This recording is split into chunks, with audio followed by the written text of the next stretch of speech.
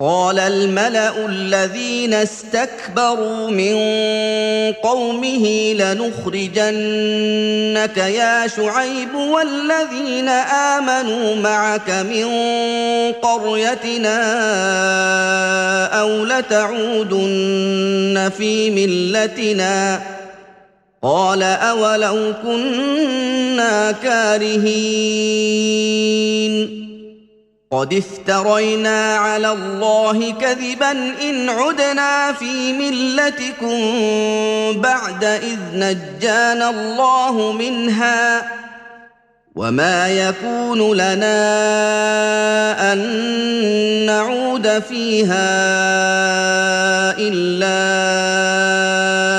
أن يشاء الله ربنا وسع ربنا كل شيء علما على الله توكلنا ربنا افتح بيننا وبين قومنا بالحق وأنت خير الفاتحين وقال الملأ الذين كفروا من قومه لئن اتبعتم شعيبا إنكم إذا لخاسرون فأخذتهم الرجفة فأصبحوا في دارهم جاثمين الذين كذبوا شعيبا كأن لم يغنوا فيها الذين كذبوا شعيبا كانوا هم الخاسرين فتولى عنهم وقال يا قوم لقد أبلغتكم رسالات ربي ونصحت لكم فكيف آسى على قوم كافرين وما أرسلنا في قرية من نبي إلا أخذنا أهلها بالبأساء والضراء لعلهم يضرعون ثم بدلنا مكان السيئة الحسنة حتى عفوا وقالوا قد مس آباءنا الضراء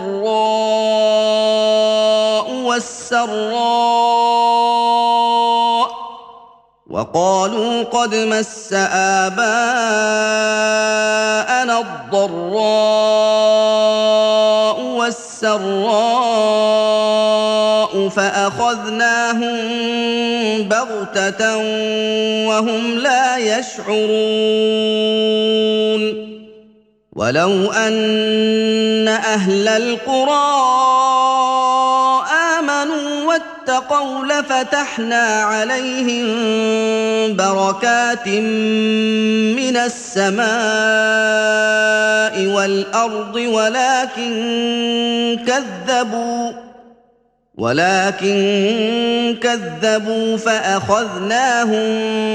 بما كانوا يكسبون أفأمن أهل القرى أن يأتيهم بأسنا بياتا وهم نائمون أوأمن أهل القرى أن يأتيهم بأسنا ضحى وهم يلعبون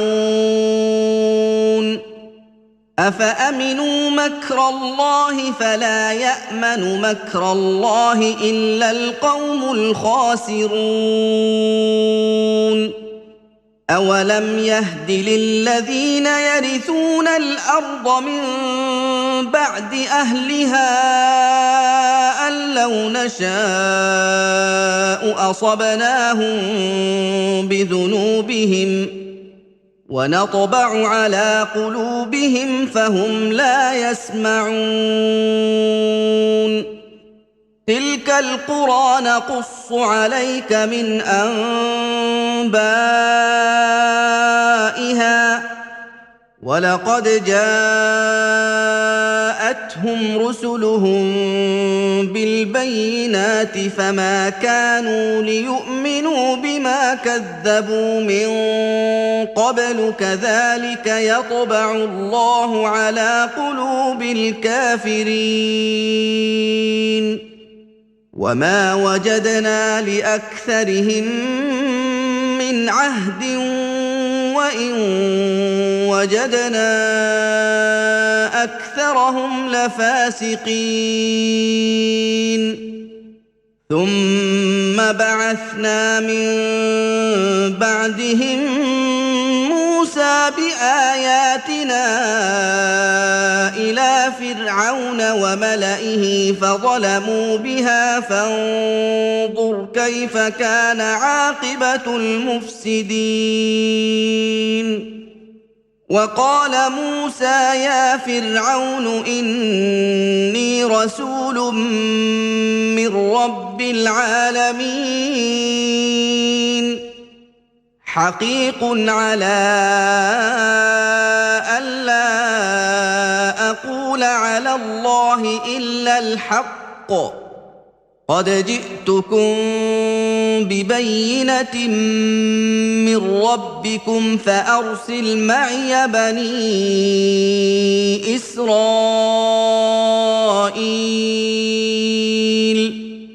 قال إن كنت جئت بآية فأت بها إن كنت من الصادقين فألقى عصاه فإذا هي ثعبان مبين ونزع يده فإذا هي بيضاء للناظرين قال الملأ من قوم فرعون إن هذا لساحر عليم يريد أن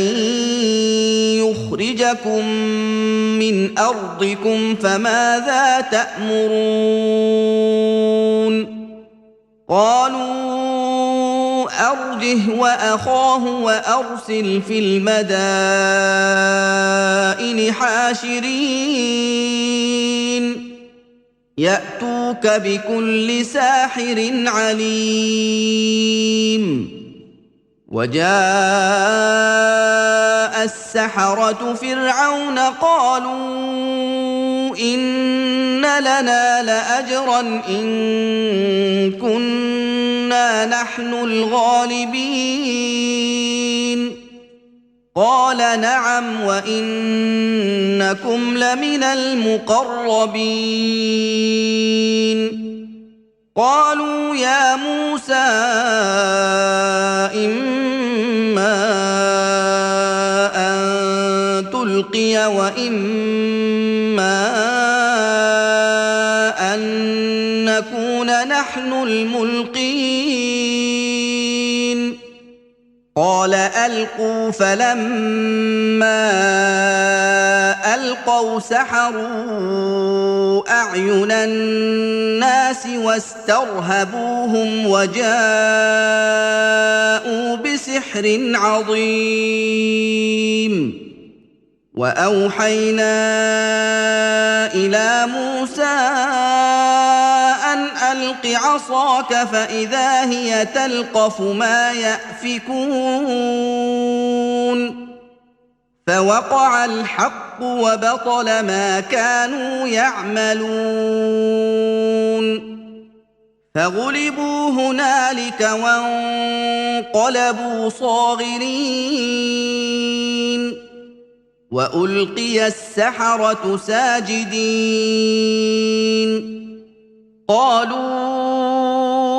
آمنا برب العالمين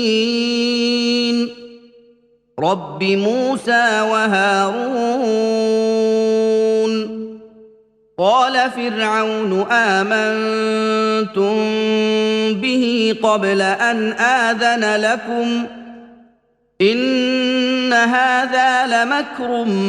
مكرتموه في المدينة لتخرجوا منها أهلها فسوف تعلمون لأقطعن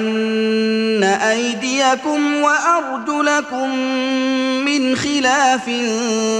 ثم لأصلبنكم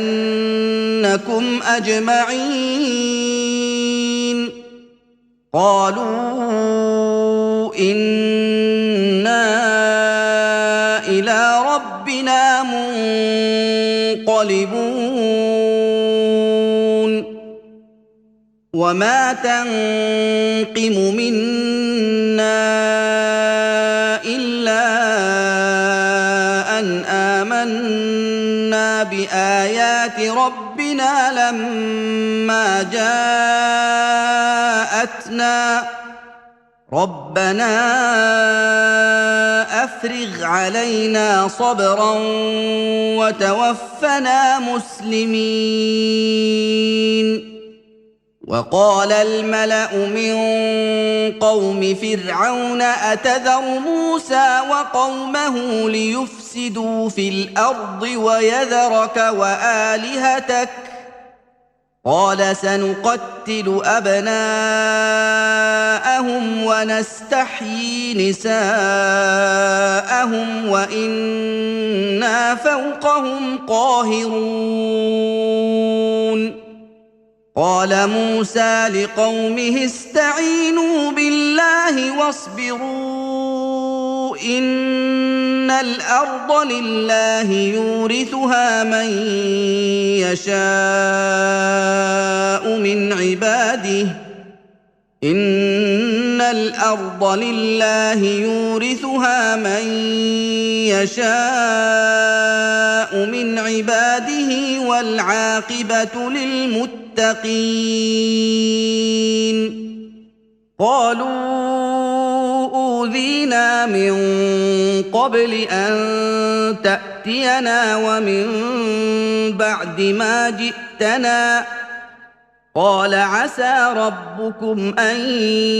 يهلك عدوكم ويستخلفكم في الأرض فينظر كيف تعملون ولقد أخذنا آل فرعون بالسنين ونقص من الثمرات لعلهم يذكرون فإذا جاءتهم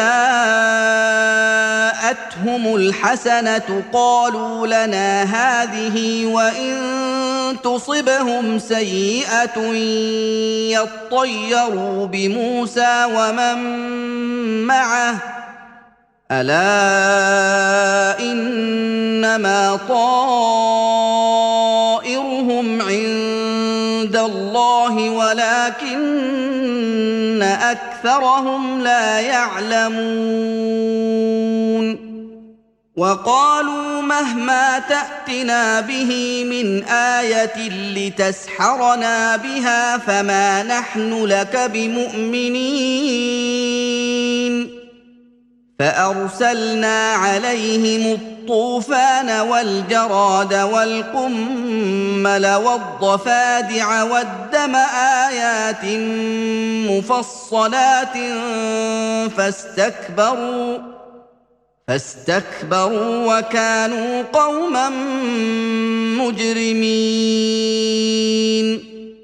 ولما وقع عليهم الرجز قالوا يا موسى ادع لنا ربك بما عهد عندك لئن كشفت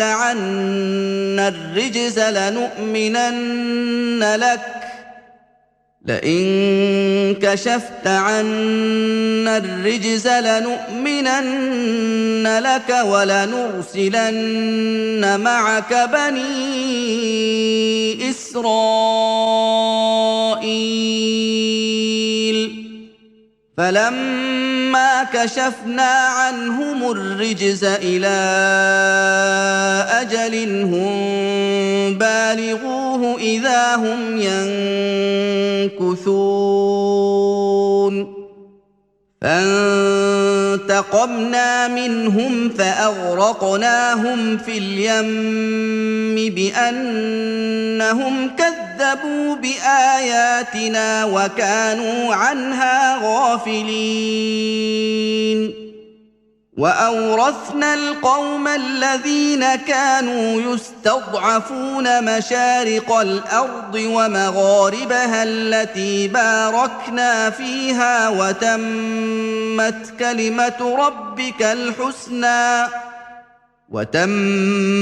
كلمة ربك الحسنى على بني إسرائيل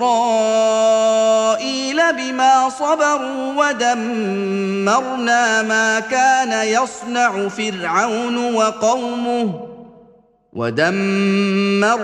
ما كان يصنع فرعون وقومه وما كانوا يعرشون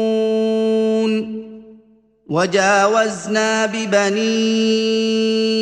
إسرائيل البحر فأتوا على قوم يعكفون على أصنام لهم قالوا يا موسى اجعل لنا إلها كما لهم آلهة قال إنكم قوم تجهلون إن هؤلاء متبر ما هم فيه وباطل ما كانوا يعملون قال أغير الله أبغيكم إلها وهو فضلكم على العالمين وإذ أنجيناكم من آل فرعون يسومونكم سوء العذاب يقتلون أبناءكم ويستحيون نساءكم وفي ذلكم بلاء من ربكم عظيم وواعدنا موسى 30 ليلة وأتممناها ب10 فتم ميقات ربه 40 ليلة وقال موسى لأخيه هارون اخلفني في قومي وأصلح ولا تتبع سبيل المفسدين ولما جاء موسى لميقاتنا وكلمه ربه قال رب أرني أنظر إليك قال لن تراني ولكن انظر إلى الجبل فإن استقر مكانه فسوف تراني فلما تجلى ربه للجبل جعله دكا وخر موسى صعقا فلما أفاق قال سبحانك تبت إليك وأنا أول المؤمنين قال يا موسى إني اصطفيتك على الناس برسالاتي وبكلامي فخذ ما آتيتك وكن من الشاكرين وكتبنا له في الألواح من كل شيء موعظة وتفصيلا لكل شيء فخذها بقوة وأمر قومك يأخذوا بأحسنها سأريكم دار الفاسقين سأصرف عن آياتي الذين يتكبرون في الأرض بغير الحق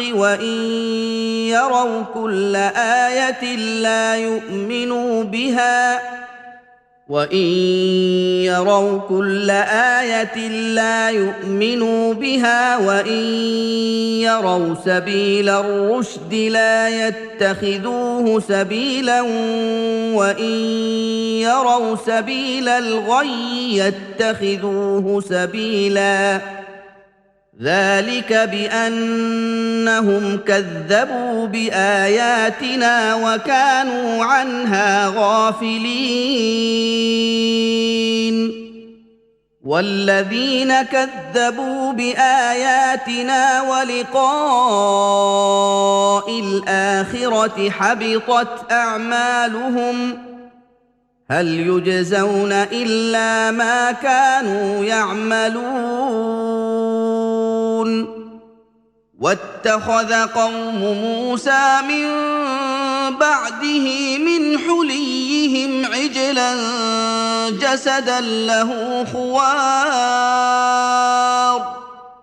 ألم يروا أنه لا يكلمهم ولا يهديهم سبيلا اتخذوه وكانوا ظالمين ولما سقط في أيديهم ورأوا أنهم قد ضلوا قالوا لئن لم يرحمنا ربنا ويغفر لنا لنكونن من الخاسرين ولما رجع موسى إلى قومه غضبان أسفا قال بئس ما خلفتموني من بعدي أعجلتم أمر ربكم وألقى الألواح وأخذ برأس أخيه يجره إليه قال ابن أم إن القوم استضعفوني وكادوا يقتلونني فلا تشمت بي الأعداء ولا تجعلني مع القوم الظالمين قال رب اغفر لي ولأخي وأدخلنا في رحمتك وأنت أرحم الراحمين إن الذين اتخذوا العجل سينالهم غضب من ربهم وذلة في الحياة الدنيا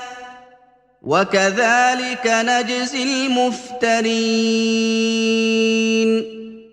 والذين عملوا السيئات ثم تابوا من بعدها وآمنوا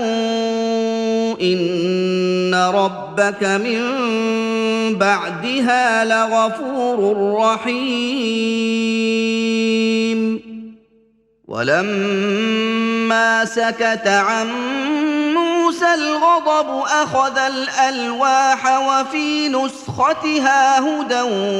ورحمة للذين هم لربهم يرهبون واختار موسى قومه 70 رجلا لميقاتنا فلما أخذتهم الرجفة قال رب لو شئت أهلكتهم من قبل وإياي أتهلكنا بما فعل السفهاء منا إن هي إلا فتنتك تضل بها من تشاء وتهدي من تشاء أنت ولينا فاغفر لنا وارحمنا وأنت خير الغافرين واكتب لنا في هذه الدنيا حسنة وفي الآخرة إنا هدنا إليك قال عذابي أصيب به من أشاء ورحمتي وسعت كل شيء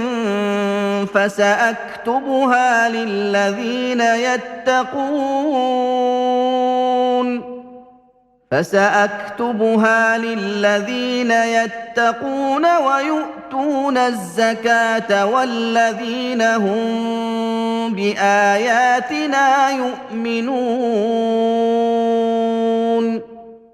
الذين يتبعون الرسول النبي الأمي الذي يجدونه مكتوبا عندهم في التوراة والإنجيل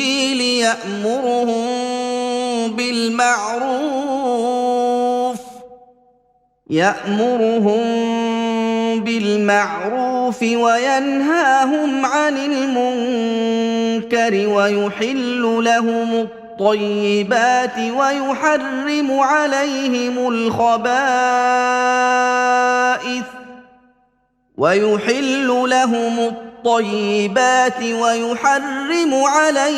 الخبائث ويضع عنهم إصرهم والأغلال التي كانت عليهم فالذين آمنوا به وعزروه ونصروه واتبعوا النور الذي أنزل معه أولئك هم المفلحون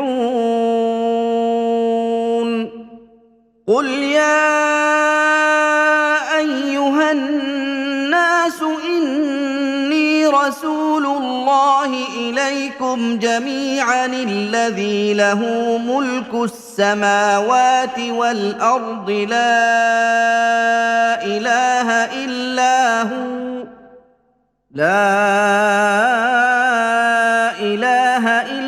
هو يحيي ويميت فآمنوا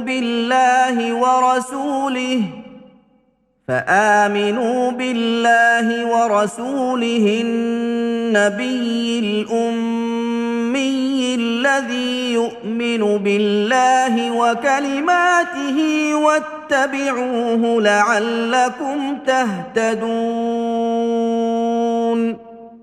ومن قوم موسى أمة يهدون بالحق وبه يعدلون وقطعناهم 12 أسباطا أمما وأوحينا إلى موسى إذ استسقاه قومه أن اضرب بعصاك الحجر فانبجست منه 12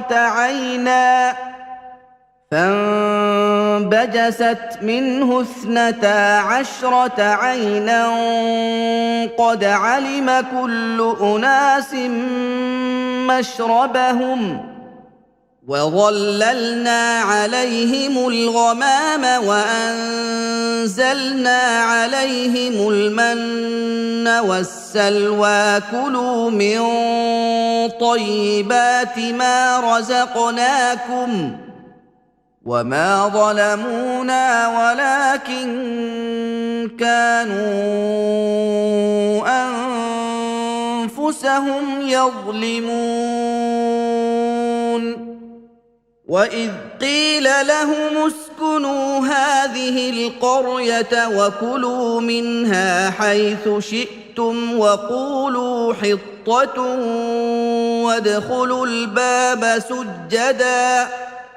وادخلوا الباب سجدا نغفر لكم خطيئاتكم سنزيد المحسنين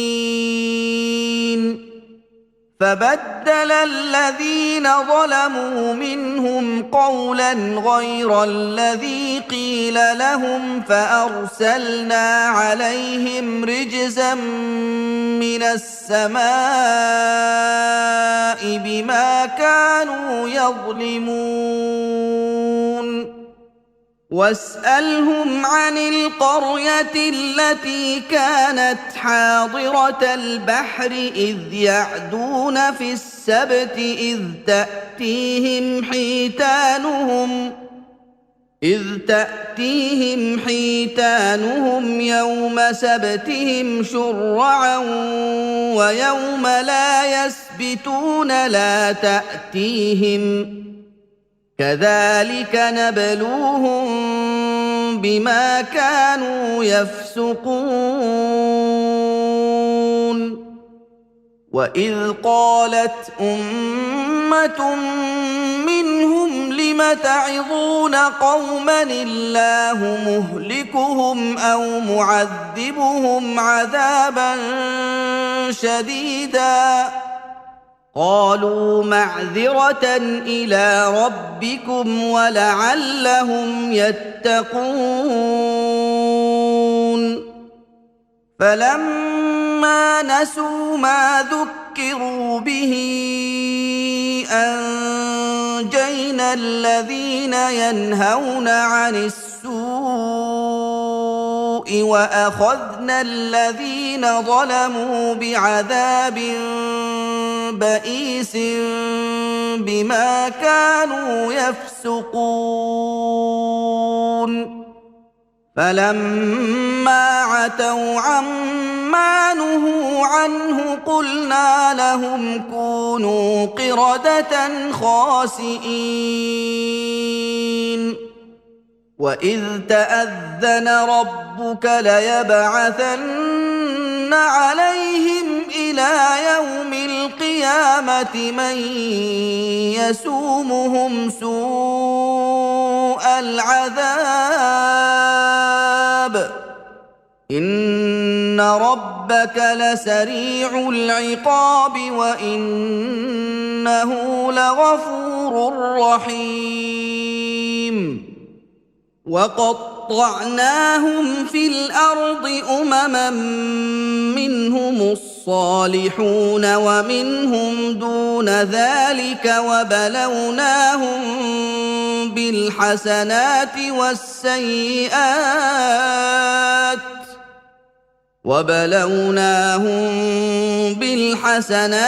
والسيئات لعلهم يرجعون فخلف من بعدهم خلف ورثوا الكتاب يأخذون عرض هذا الأدنى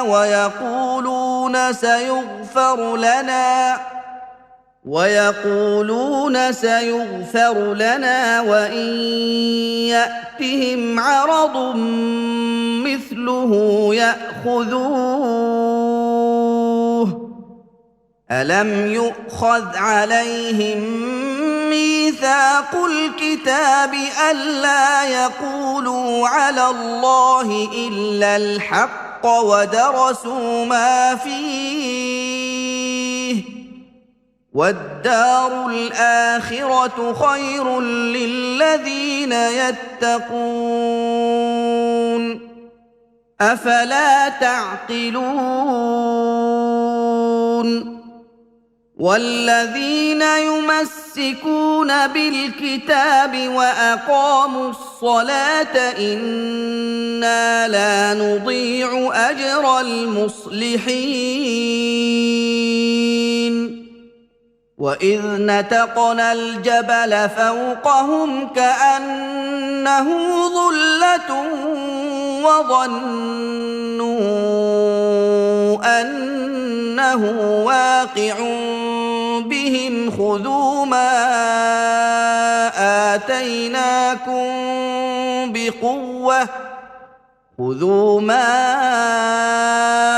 آتيناكم بقوة واذكروا ما فيه لعلكم تتقون وإذ أخذ ربك من بني آدم من ظهورهم ذريتهم وأشهدهم على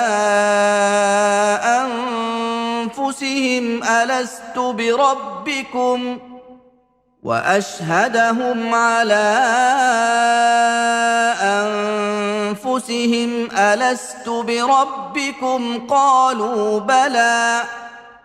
شهدنا أن تقولوا يوم القيامة إنا كنا عن هذا غافلين أو تقولوا إنما أشرك آباؤنا من قبل وكنا ذرية من بعدهم أفتهلكنا بما فعل المبطلون وكذلك نفصل الآيات ولعلهم يرجعون واتل عليهم نبأ الذي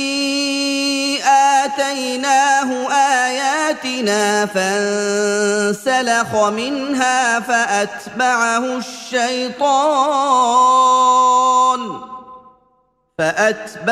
الشيطان فكان من الغاوين ولو شئنا لرفعناه بها ولكنه أخلد إلى الأرض واتبع هواه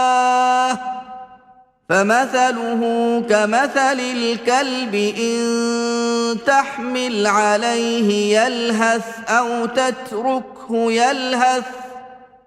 ذلك مثل القوم الذين كذبوا بآياتنا فاقصص القصص لعلهم يتفكرون ساء مثلا القوم الذين كذبوا بآياتنا وأنفسهم كانوا يظلمون من يهد الله فهو المهتدي ومن يضلل فأولئك هم الخاسرون ولقد ذرأنا لجهنم كثيرا من الجن والإنس لهم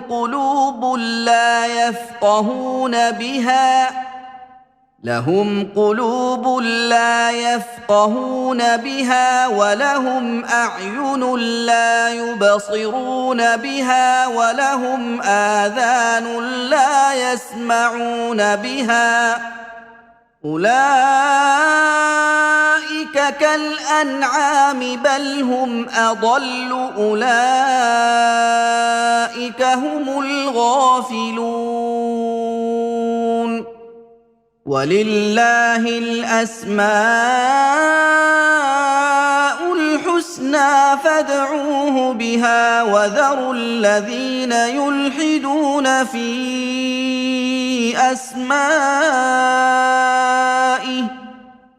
سيجزون ما كانوا يعملون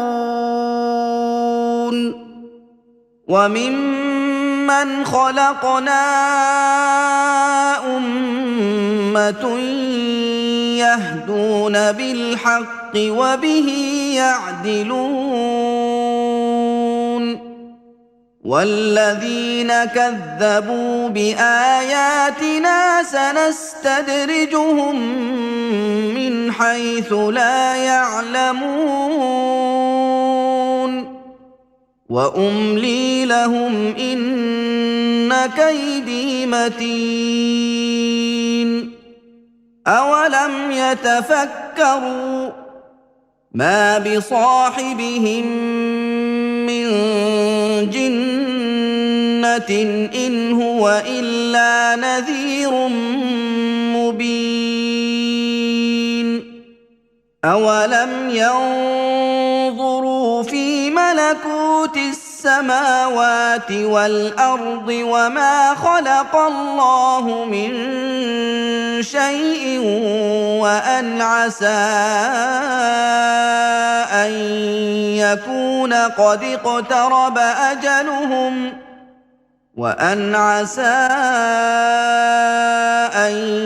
يَكُونَ قَدِ اقْتَرَبَ أَجَلُهُمْ فَبِأَيِّ حَدِيثٍ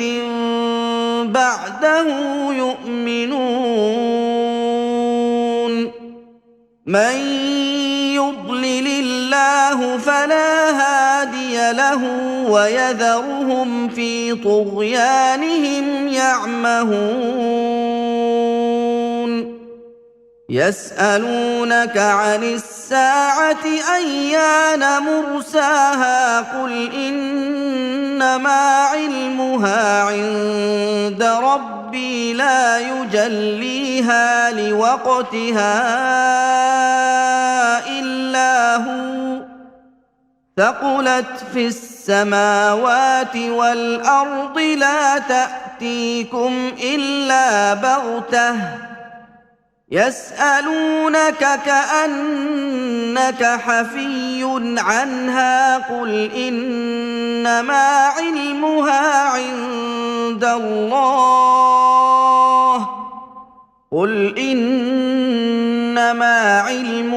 عِندَ اللَّهِ وَلَٰكِنَّ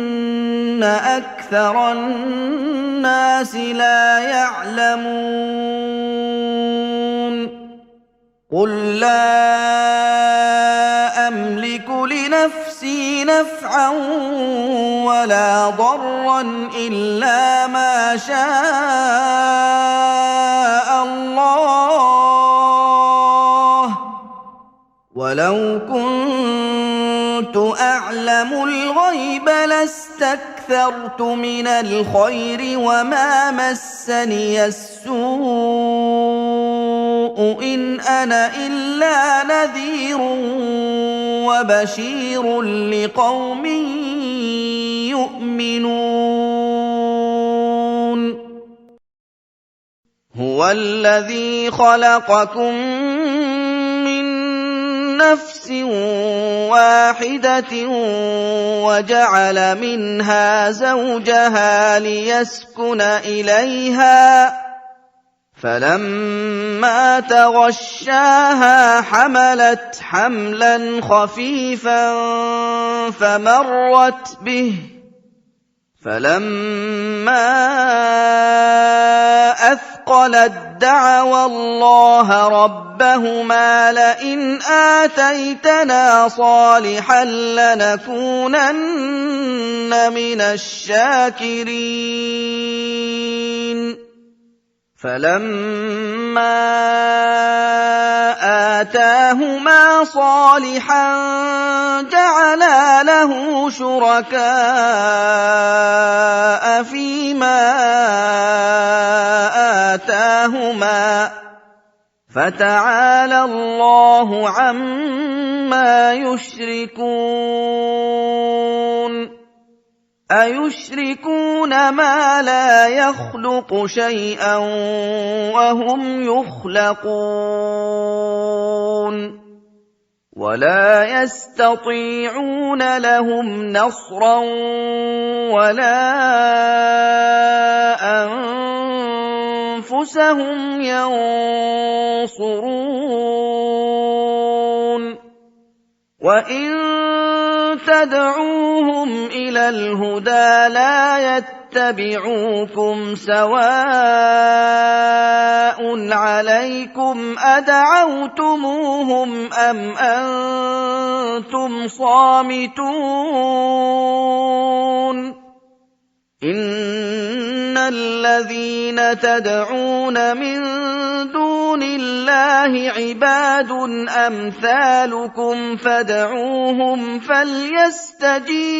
لكم إن كنتم صادقين ألهم أرجل يمشون بها أم لهم أيد يبطشون بها أم لهم أعين يبصرون بها أم لهم أعين يبصرون بها أم لهم آذان يسمعون بها قل ادعوا شركاءكم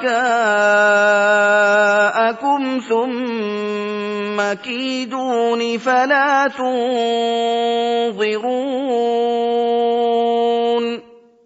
إن وليي الله الذي نزل الكتاب وهو يتولى الصالحين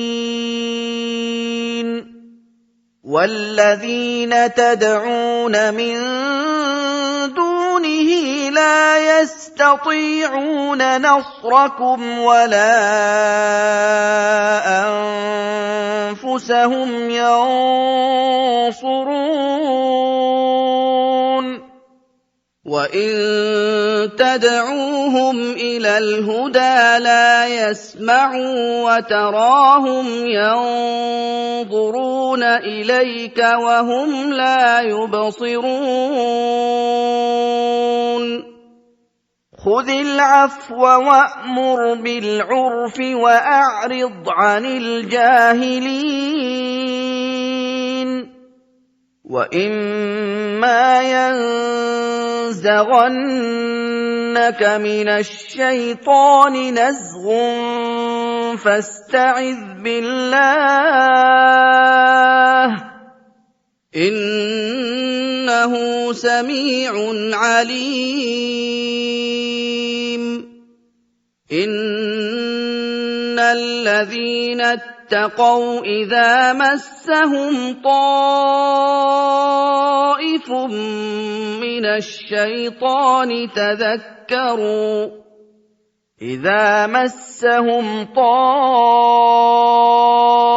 من الشيطان تذكروا فإذا هم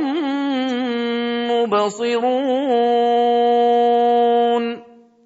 وإخوانهم يمدونهم في الغي ثم لا يقصرون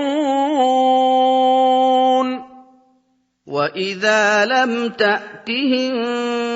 بآية قالوا لولا اجتبيتها قل إنما أتبع ما يوحى إلي من ربي هذا بصائر من ربكم وهدى ورحمة لقوم يؤمنون وإذا قرئ القرآن فاستمعوا له وأنصتوا لعلكم ترحمون واذكر ربك في نفسك تضرعا وخيفة ودون الجهر من القول بالغدو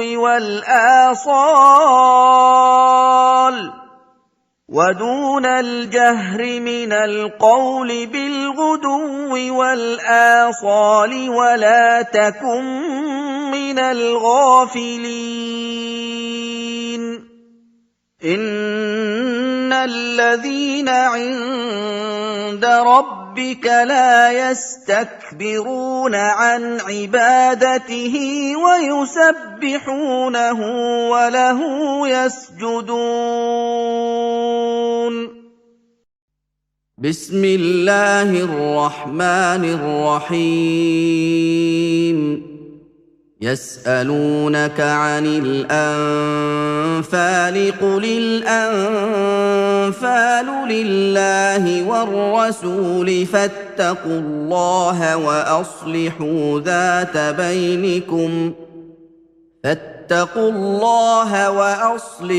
ذات بينكم وأطيعوا الله ورسوله إن كنتم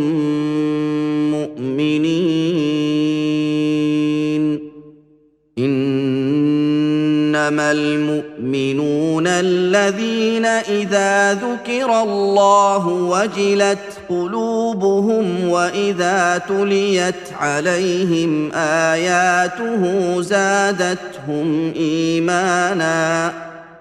وإذا تليت عليهم آياته زادتهم إيمانا وعلى ربهم يتوكلون الذين يقيمون الصلاة ومما رزقناهم ينفقون أولئك هم المؤمنون حقا لهم درجات عند ربهم ومغفرة ورزق كريم كما أخرجك ربك من بيتك بالحق وإن فريقا من المؤمنين لكارهون يجادلونك في الحق بعدما تبين كأنما يساقون إلى الموت وهم ينظرون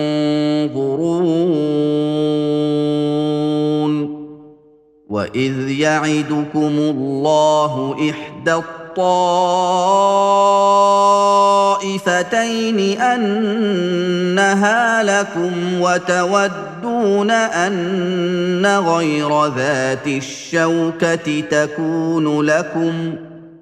وتودون أن غير ذات الشوكة تكون لكم ويريد الله أن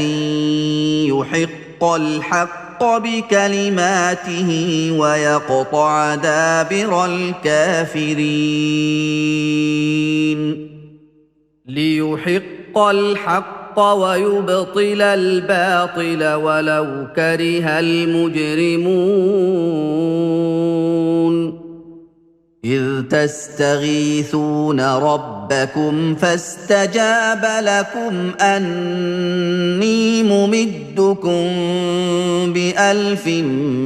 من الملائكة مردفين وما جعله الله إلا بشرى ولتطمئن به قلوبكم وما النصر إلا من عند الله إن الله عزيز حكيم إذ يغشيكم النعاس أمنة منه وينزل عليكم من السماء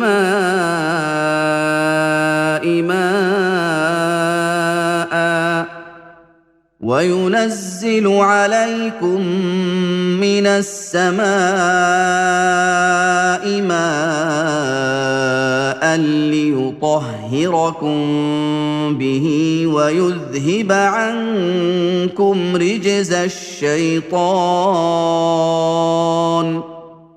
ليطهركم به ويذهب عنكم رجز الشيطان وليربط على قلوبكم ويثبت به الأقدام إذ يوحي ربك إلى الملائكة أني معكم فثبتوا الذين آمنوا سألقي في قلوب الذين كفروا الرعب فاضربوا فوق الأعناق واضربوا منهم كل بنان ذلك بأنهم شاقوا الله ورسوله ومن يشاقق الله ورسوله فإن الله شديد العقاب ذلكم فذوقوه وأن للكافرين عذاب النار يا أيها الذين آمنوا إذا لقيتم الذين كفروا زحفا فلا تولوهم الأدبار ومن يولهم يومئذ دبره إلا متحرفا لقتال أو متحيزا إلى فئة فقد باء بغضب من الله ومأواه جهنم وبئس المصير فلم تقتلوهم ولكن الله قتلهم وما رميت إذ رميت ولكن الله رمى وليبلي المؤمنين منه بلاء حسنا إن الله سميع عليم ذلكم وأن الله موهن كيد الكافرين إن تستفتحوا فقد جاءكم الفتح وإن تنتهوا فهو خير لكم وإن تعودوا نعد ولن تغني عنكم فئتكم شيئا ولو كثرت وأن الله مع المؤمنين يا أيها الذين آمنوا أطيعوا الله ورسوله ولا تولوا عنه وأنتم تسمعون ولا تكونوا كالذين قالوا سمعنا وهم لا يسمعون إن شر الدواب عند الله الصم البكم الذين لا يعقلون ولو علم الله فيهم خيرا لاسمعهم ولو اسمعهم لتولوا وهم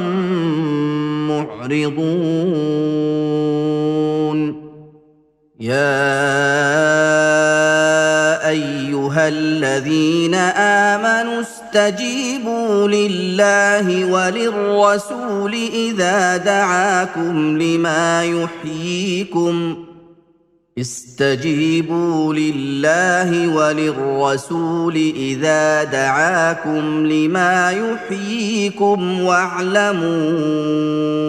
أن الله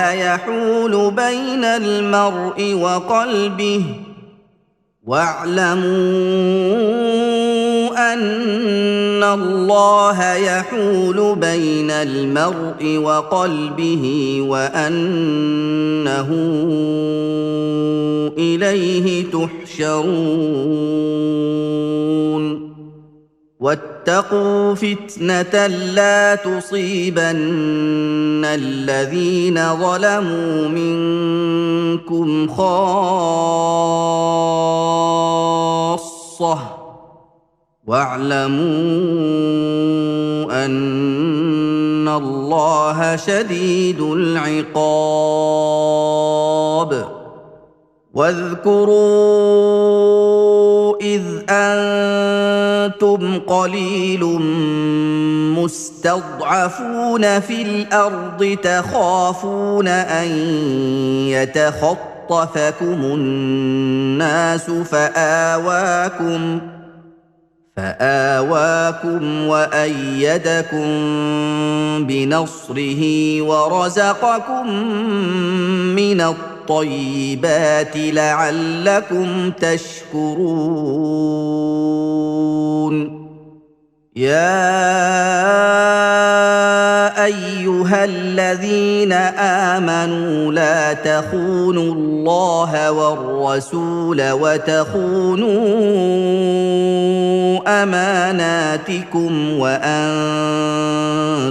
تعلمون واعلموا أنما أموالكم وأولادكم فتنة وأن الله عنده أجر عظيم يا أيها الذين آمنوا إن تتقوا الله يجعل لكم فرقانا ويكفر عنكم سيئاتكم ويغفر لكم والله ذو الفضل العظيم وإذ يمكر بك الذين كفروا ليثبتوك أو يقتلوك أو يخرجوك ويمكرون ويمكر الله والله خير الماكرين وإذا تتلى عليهم آياتنا قالوا قد سمعنا لو نشاء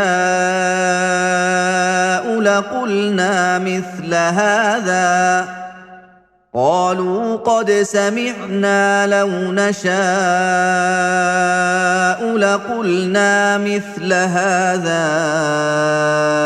إن هذا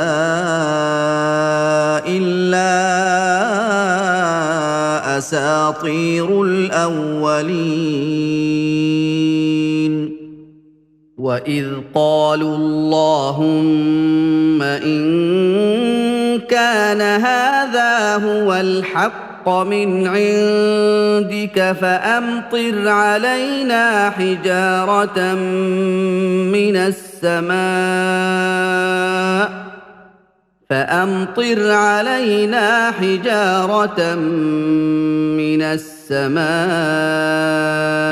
أو ائتنا بعذاب أليم وما كان الله ليعذبهم وانت فيهم وما كان الله معذبهم وهم يستغفرون وما لهم الا يعذبهم الله وهم يصدون عن المسجد الحرام وما كانوا اولياءه ان اولياؤه الا المتقون ولكن اكثرهم لا يعلمون وما كان صلاتهم عند البيت الا مكاء وتصديه فذوقوا العذاب بما كنتم تكفرون ان الذين كفروا ينفقون اموالهم ليصدوا عن سبيل الله فسينفقونها ثم تكون عليهم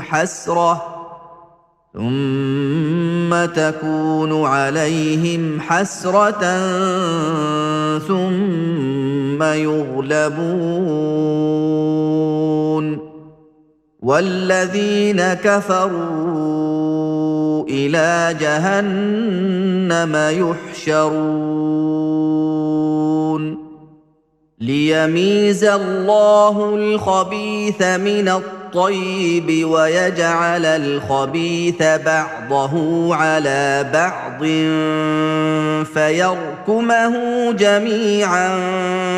فيجعله في جهنم أولئك هم الخاسرون قل للذين كفروا إن ينتهوا يغفر لهم ما قد سلف وإن يعودوا فقد مضت سنة الأولين وقاتلوهم حتى لا تكون فتنة ويكون الدين كله لله فإن انتهوا فإن الله بما يعملون بصير وإن تولوا فاعلموا أن الله مولاكم نعم المولى ونعم النصير